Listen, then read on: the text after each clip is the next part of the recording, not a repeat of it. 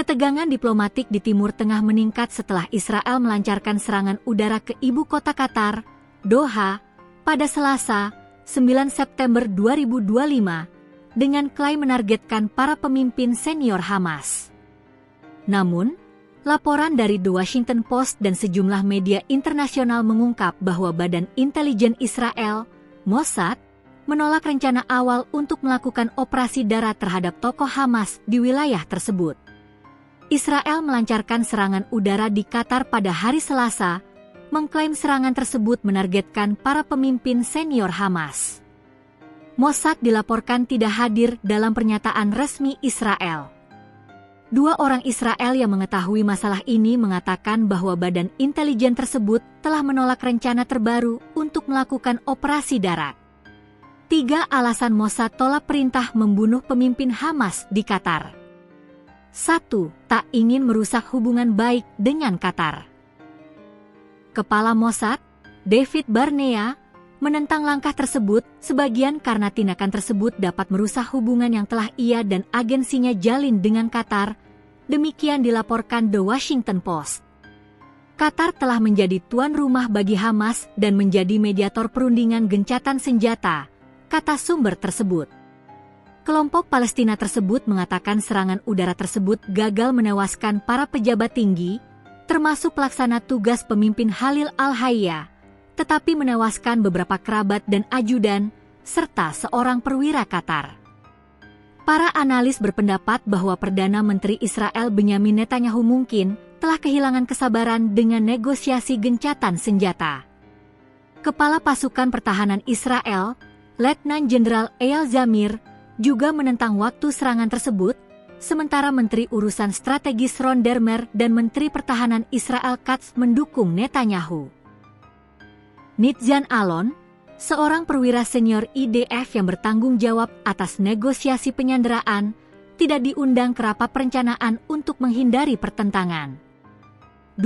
Mossad menarget pemimpin Hamas dalam jangka panjang. Kekhawatiran Mossad membentuk kapan dan bagaimana serangan itu dilakukan.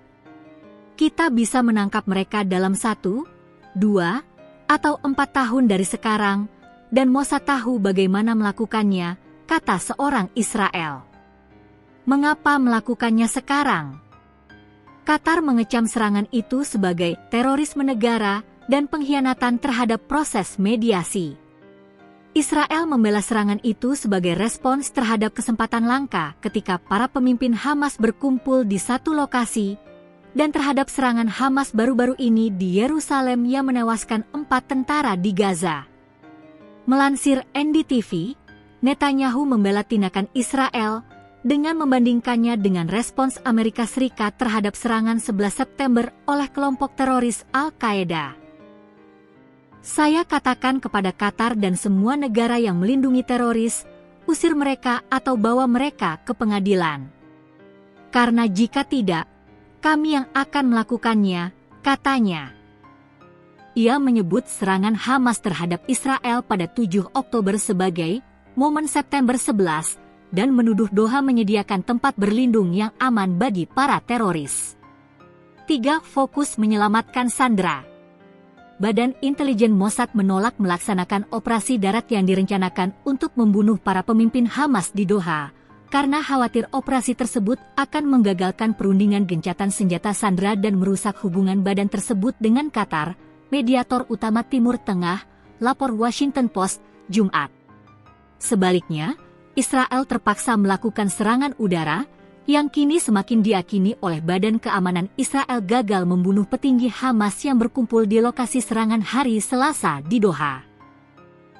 Keyakinan tersebut diperkuat pada hari Jumat, ketika Hamas mengumumkan bahwa pemimpinnya yang berbasis di Qatar, Khalil Al-Hayya, melakukan upacara pemakaman untuk putranya yang syahid, Hammam, yang secara efektif menepis rumor awal bahwa pemimpin kelompok teror tersebut tewas dalam serangan tersebut. Melansir Israel Times, di tengah dampak dari serangan yang tampaknya gagal, laporan mulai bermunculan mengenai penentangan signifikan terhadap rencana tersebut, baik dari segi cara pelaksanaannya maupun waktu di tengah perundingan penyanderaan yang sedang berlangsung. Seorang pejabat senior yang mengetahui perundingan mengenai kesepakatan pembebasan sandera gencatan senjata mengatakan kepada Channel 12 bahwa sebagian besar lembaga pertahanan merekomendasikan agar serangan itu ditunda. Posisinya jelas, ada kesepakatan untuk pengembalian para sandera di atas meja dan negosiasi harus diselesaikan. Semua orang memahami konsekuensi bagi para sandera dan bahwa operasi seperti ini pada saat ini dapat membahayakan kemungkinan tersebut, kata pejabat tersebut. Sebelumnya, Presiden Amerika Serikat Donald Trump yang mengatakan dia sangat tidak senang dengan setiap aspek operasi tersebut.